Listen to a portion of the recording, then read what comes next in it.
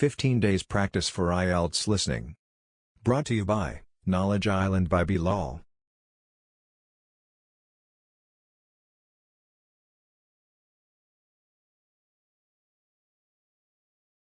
Day 11. Providing short answers 1. Listen to the following news and answer the questions. First, you have some time to read the questions.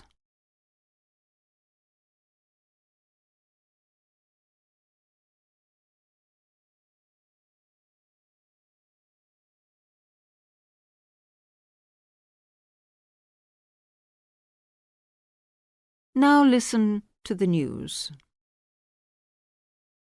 Good evening, everyone. Here is the summary of the news. Shots were fired in a South London street by escaping bank robbers. 4 rock fans died in a stampede at a concert in Chicago. And how an Air France Concorde was involved in the closest recorded miss in aviation history. Now the news in detail. Shots were fired this morning in the course of an 80-mile-per-hour chase along Brixton High Road in London. A police constable was injured by flying glass when a bullet shattered his windscreen as he was pursuing a car containing 4 men who had earlier raided a branch of Barclays Bank at Stockwell. Police Constable Robert Cranley had been patrolling near the bank when the alarm was given. The raiders made their getaway in a stolen Jaguar, which was later found abandoned in Croydon. Officials of the bank later announced that £16,000 had been stolen. 4 people were killed and more than 50 injured when fans rushed to get into a stadium in Chicago yesterday where the British pop group Fantasy were giving a concert. The incident occurred when gates were opened to admit a huge crowd of young people waiting outside the stadium for the sale of unreserved seat tickets. People were knocked over in the rush and trampled underfoot as the crowd surged forward. The concert later went ahead as planned, with Fantasy unaware of what had happened. A police spokesman said that they had decided to allow the concert to proceed in order to avoid further trouble. There has been criticism of the concert organisers for ensuring that all the tickets were sold in advance. Roy Thompson, leader of Fantasy, said afterwards that the whole group was shattered when they heard what had happened. They are now considering calling off the rest of the United States tour. The United States Air Force has admitted that a formation of its fighters and an Air France Concorde recently missed colliding by as little as 10 feet. The Air Force accepts the blame for what was the closest recorded miss in aviation history. According to the Air Force spokesman, when the Concorde was already 70 miles out over the Atlantic on a scheduled flight to Paris from Dulles International Airport, Washington, 4 U.S. Air Force F-15s approached at a speed from the left. The lead plane missed the underside of Concorde's nose by 10 feet, while another passed only 15 feet in front of the cockpit. Forest fires in the south of France have claimed the life of another fireman as they continue to rage in the hills between Fréjus and Cannes. Fanned by strong westerly winds, the flames are now threatening several villages and many holiday homes have had to be abandoned. The French army was called in yesterday to assist the 1,500 firefighters that have so far been unable to contain the spread of the blaze. And that's the end of the news.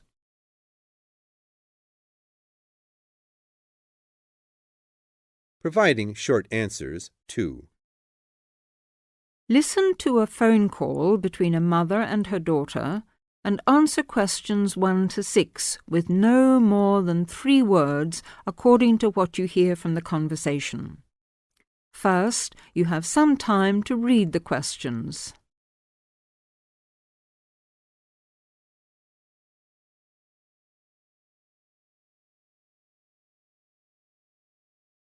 Now, listen to the phone call. Hi, Mum. How are things? Oh, hello, Jane. Are you right? Yeah, great. I just thought I'd phone to let you know we're okay. It's all really wonderful. The weather's fantastic. I'm sitting here in short sleeves and I'm still hot. I can't believe it's December. Did you get my card? No, the postman hasn't been here for a couple of days. But you know what the post's like at this time of the year. They've probably got a backlog to catch up on. How was your flight in the end, by the way? Oh, awful. It was a typical charter. We were delayed and had to sit around for hours, so we didn't take off until after midnight, and it was 5 in the morning before we got to the hotel. Oh dear, what a pity. But we're making up for it now. On Monday we had a great day in the beach, just lying in the sun and swimming. The water's lovely. You know, not at all cold. That was to recover from Sunday when we hired a car from one of those rent-a-car agencies and drove all around the island, up into the mountains. It was really spectacular. I mean, the scenery is wonderful. Oh, that's good. I can see you're going to have a good fortnight. Yeah, it's all going by too fast. A fortnight is too short. I wish now we'd booked for 3 weeks instead. Still, can't be helped. Listen, do you think you could come and meet us when we get back? The plane gets in at about 6:15 on the 8th. Let's see, I have the tickets here. Yes, it says arrive 6:15 on January the 8th. Yes, of course, dear, don't worry, we'll be there. Now, just make sure you put lots of cream on if you're lying in the sun in all that heat. Well, actually, I fell asleep on the beach the other day and had a really red nose, all peeling and burnt. Well, be careful. And what's John up to? Oh, he's having a lie down. He isn't feeling very well today. I think it's something he ate. We had a big meal out last night, so perhaps the food was too heavy. You know, they eat really late here. We still have another hour before dinner. Good heavens! We had our supper hours ago.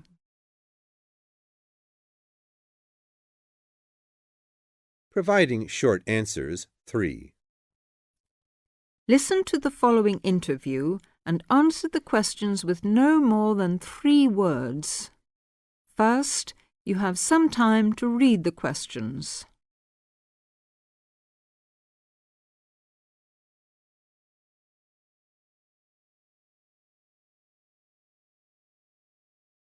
Now, listen to the interview.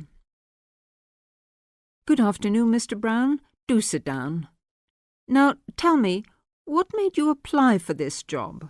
Well, I've been wanting to improve my position for some time, and it seemed to me that the job you advertised would give me an opportunity to learn more about marketing and sales techniques in general.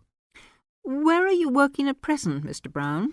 Well, actually, I haven't got a job at the moment. I had a job as chief clerk in the buying department of a retail store, Johnson & King. I expect you've heard of them. But to tell the truth, I didn't quite hit it off with the sales manager. Oh, why was that, Mr. Brown? Well, he was rather old-fashioned in his methods, and the sales policy of the firm seemed to me too slow. I'm a great believer in the personal approach to selling. I took a course in business management at the London Commercial College, and I'm afraid I found Johnson & King's methods very out of date. They first opened in 1880, you know, and I don't think they've changed their ideas since then. Really? In that case, you may be interested to know that our firm first started business in 1870. And we believe that the old slogan, "The customer is always right," still holds good today. I'm afraid our chairman, Samuel Jackson, great-great-grandson of the original founder of the firm, Josiah Jackson, does not approve of high-powered modern selling technique, and with some justification, as our export figures show. We base all our sales technique on Peterson's theory of salesmanship, published in 1900.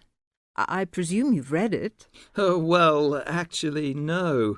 But I'll make a point of getting one from my local library without delay. Do that, Mr. Brown, and then come and see me again.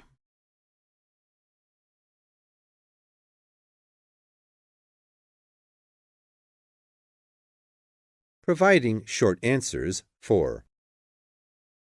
Listen to the following talk between two friends and answer the questions with no more than 3 words.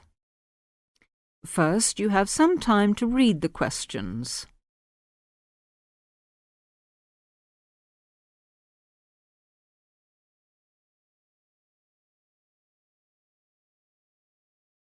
Now, listen to the talk. Do you know what, Tom? It won't be long before we'll all be travelling to space in a cable car. A cable car? What do you mean? A sort of skylift? Well, yes, I suppose so. You must be joking. Where on earth did you get that idea from? Oh, I've just been reading it in a book called Apes to Astronauts by Adrian Berry. He's the science correspondent of the Daily Telegraph, so he should know what he's talking about. He says, wait a minute, I've got it here, page 28. A cable car to the heavens. Oh, honestly, Jane, you surely don't believe all that stuff you read in those sci-fi books? It's not science fiction, it's a fact. Hang on, I'll read you what he says. The space writer Arthur C. Clarke, to whose inspiration we owe the communications satellite, recently outlined a proposal for a new means of space travel, which, he admitted, is so outrageous that many of you may consider it not even science fiction, but pure fantasy. Shall I go on? No, just tell me how he thinks it could be done. Well, it sounds quite simple, really. One end of a cable, 23,000 miles long. How long? 23,000 miles. Do listen. One end of a cable, 23,000 miles long, would be attached to a point on the Earth's equator, and the other to a satellite in geostationary orbit. So?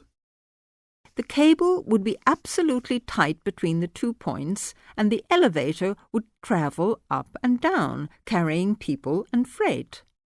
According to Arthur Clarke, it's the only way to travel in space without using rocket engines, which would make it much more economical. I wonder if it would be more comfortable. It sounds pretty uncomfortable to me, and heaven knows what speed it'd be travelling at. What would happen if the cable broke? Oh, he explains all that. Apparently, the most likely place for it to break would be at or near the ground, and if that happened, it wouldn't fall down, it would fall upwards. Upwards? Yes, I suppose it would. Yes, sounds funny, doesn't it? Something falling upwards.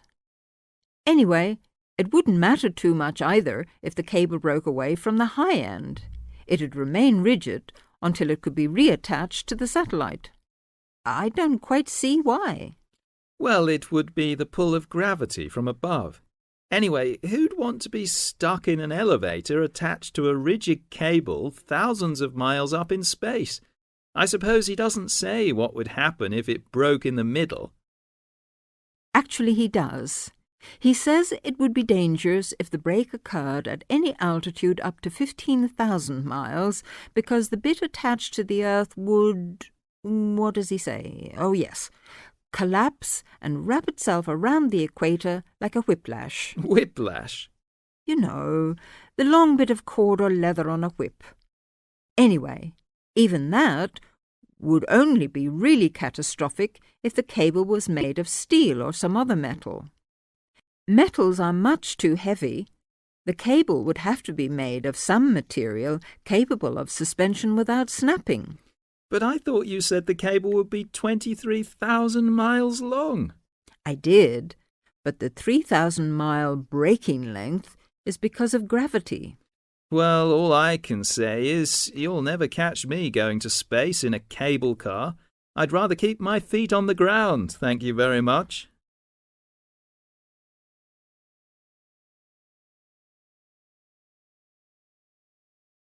Providing short answers 5. Listen to the following talk about UFOs and answer questions 1 to 8 with no more than 4 words. First, you have some time to read the questions.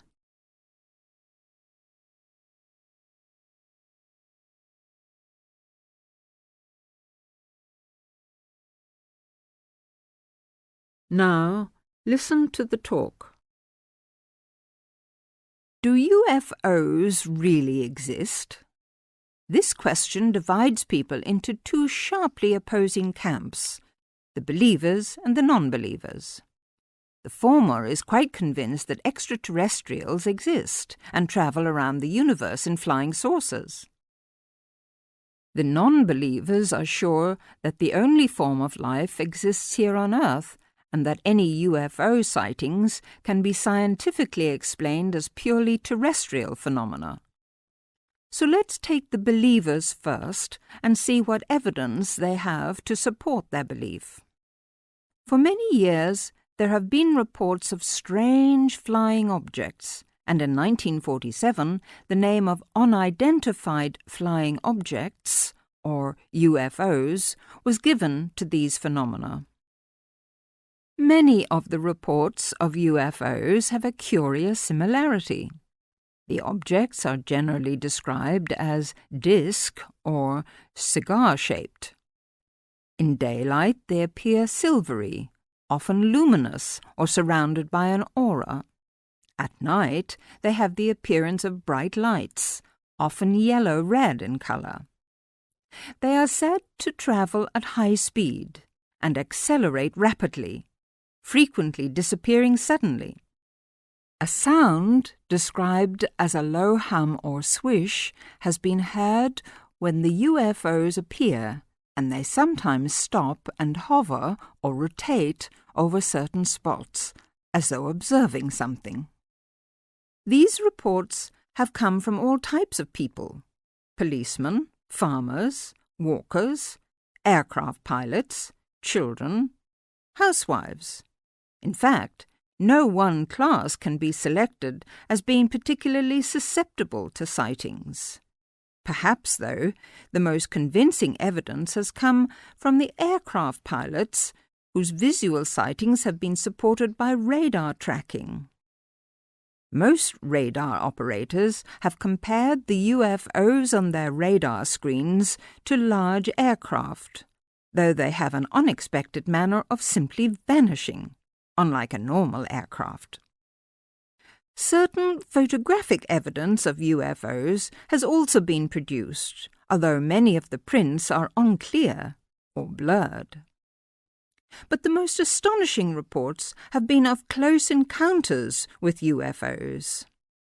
Dr. Hynek, director of the Center for UFO Studies in Illinois, USA, has classified these encounters as of 3 kinds. A close encounter of the first kind is when a witness reports seeing a UFO within a few hundred meters, often when it has landed on the ground. A close encounter of the second kind is when the UFO has left a physical trace, such as an indentation or scorching of the ground, a burnt area of vegetation, or broken telephone wires or tree branches. A close encounter of the third kind is when people report actual contact with alien beings. Here, the descriptions vary widely from reports of normal-looking humans, generally wearing unusual clothes or speaking a strange language, to those little green men with 4 legs. This third kind of encounter is the most difficult to believe in, although many of the witnesses appear to be sensible men and women not given to lying. From all the different kinds of report, there seems to emerge a general pattern of UFOs.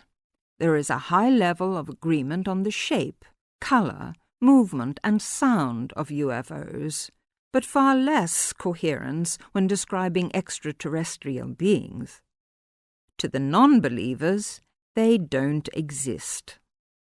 In fact, The non-believers state quite categorically that all UFOs have a scientific explanation. They are either natural phenomena, such as ball lightning, marsh gas, comets, or northern lights, or they are aircraft seen from an unusual angle. Non-believers also suggest UFOs might be planes or rockets which are on government secret lists and therefore of designs unknown to the public. They discount the evidence of radar sightings as the screens sometimes show up radar shadows or mirages of things which do not exist.